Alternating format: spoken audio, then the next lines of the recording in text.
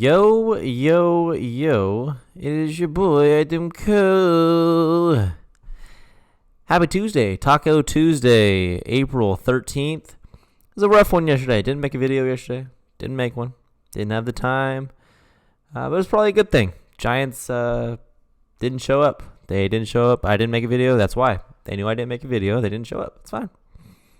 So, a 3-0 loss. Nothing more to say. 2 hits.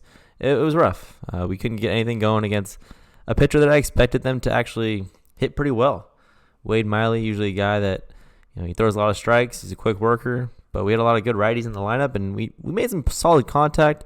But I mean, a couple too many double plays. We had a couple people on, and then double play. So, oh well. Still 6-4. We lose game 1. That's all right. I mean, the good news: Aaron Sanchez did look great. He looked great again. One bad pitch, a 3-1 mistake. That's why you don't get down in the count, kids. Okay, young pitchers, you get down 3-1, you know the fastball's coming. He left one out in the middle of the plate, and Jesse Winker took advantage of it, hit a home run to center, and that's all he needed because we couldn't hit at all. But yeah, we'll get on with that loss. We'll move on to tonight's game. I mean, the Reds have a good mix of talent. Just like we do, we have some younger guys and some older guys. The Reds have the same thing. I think they're 7-3 now.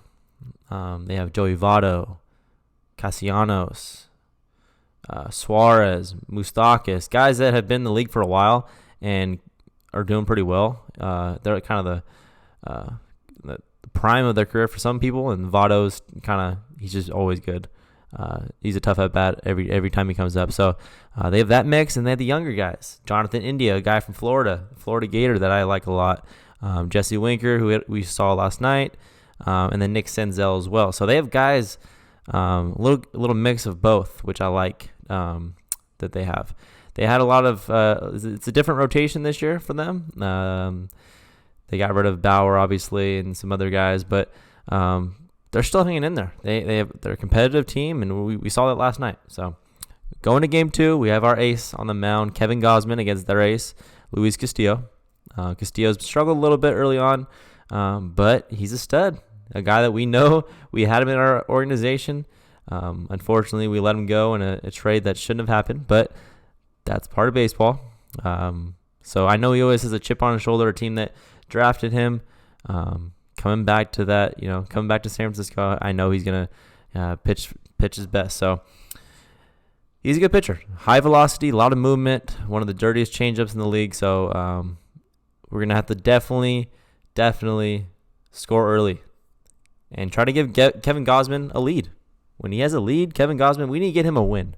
I think that's one of the biggest keys of the game today. Get Kevin Gausman a win. He's getting that Matt Cain syndrome. Putting up 6 innings with 1 or no runs and getting a no decision both times, which it's kind of frustrating, especially as an ace. You kind of want to put some good numbers up, especially him too. He signs a 1-year deal. He wants to have a high win total. But I know Kevin Gausman. He's a down-to-earth guy, and I know he just wants his team to win. So as long as we're winning with his starts, I know he's happy. So we got Gausman against Castillo. Really good matchup. Should be a low-scoring game. But anytime we think it's going to be a low-scoring, it's probably going to be high-scoring. That's just how baseball is. But the way it looks right now, it looks like it's going to be a low-scoring game, especially how we looked last night hitting. So hopefully I'm wrong. Hopefully we can score a couple runs early on Castillo and get to the bullpen and extend the lead a little bit. Because I know Gausman's he's gonna show out. His stuff is too dirty to not. His control's there, and I'm excited to watch him pitch. He's really exciting to watch, and he's fun to watch as a baseball fan. So that's what I got for that. Let's see.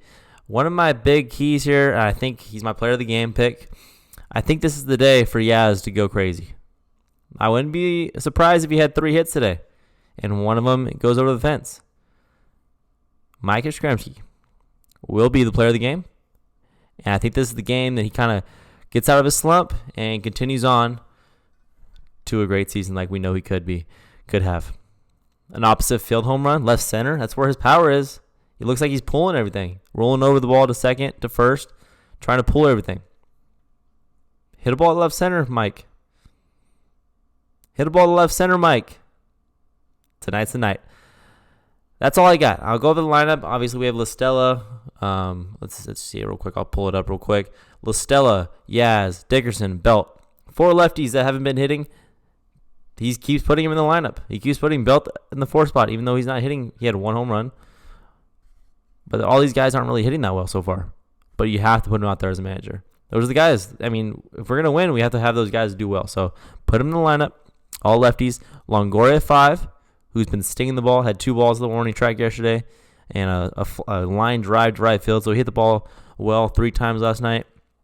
Crawford 6, Posey, Lamont, Wade Jr., batting 8th.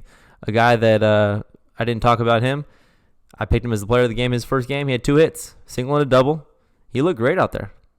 He looked really, really good, especially in center field. He's got a little speed, covered some ground. So he gets to start in center field again, batting 8th. Exciting stuff. That's all I got. I kept it nice and quick. What do we got? About 6 minutes.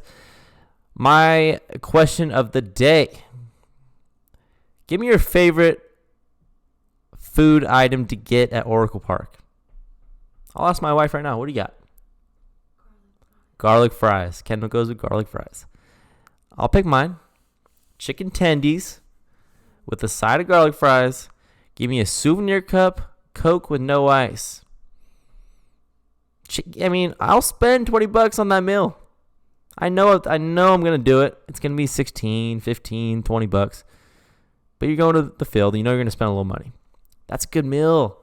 Chicken tendies, a little barbecue sauce, a little ranch, maybe a little wing sauce if you're up for a little spice. Garlic fries. Got to go with the garlic fries. Give me that extra $1. I don't care. My breath will stink for a week. That's fine. It's delicious. And then the Coke with no ice. That's a staple. You're getting ice. You're spending $8 for a souvenir cup. Gotta get the souvenir cup. No ice. That's gonna last you like 4 innings. I only say that. This question's for my buddy Sergio is going to the game tonight. Very jealous, but that's why the question of the day is today. Give me your favorite food from Oracle Park. If you haven't been to Oracle Park, give me your favorite food from whatever park you like. Maybe you're a Philadelphia Phillies fan and you like their Philly cheesesteak. I've had it there. It's terrible. Not at the ballpark. Don't get the Philly at the ballpark. Go outside. Go to the random small store, random shop in the corner. Get a good Philly.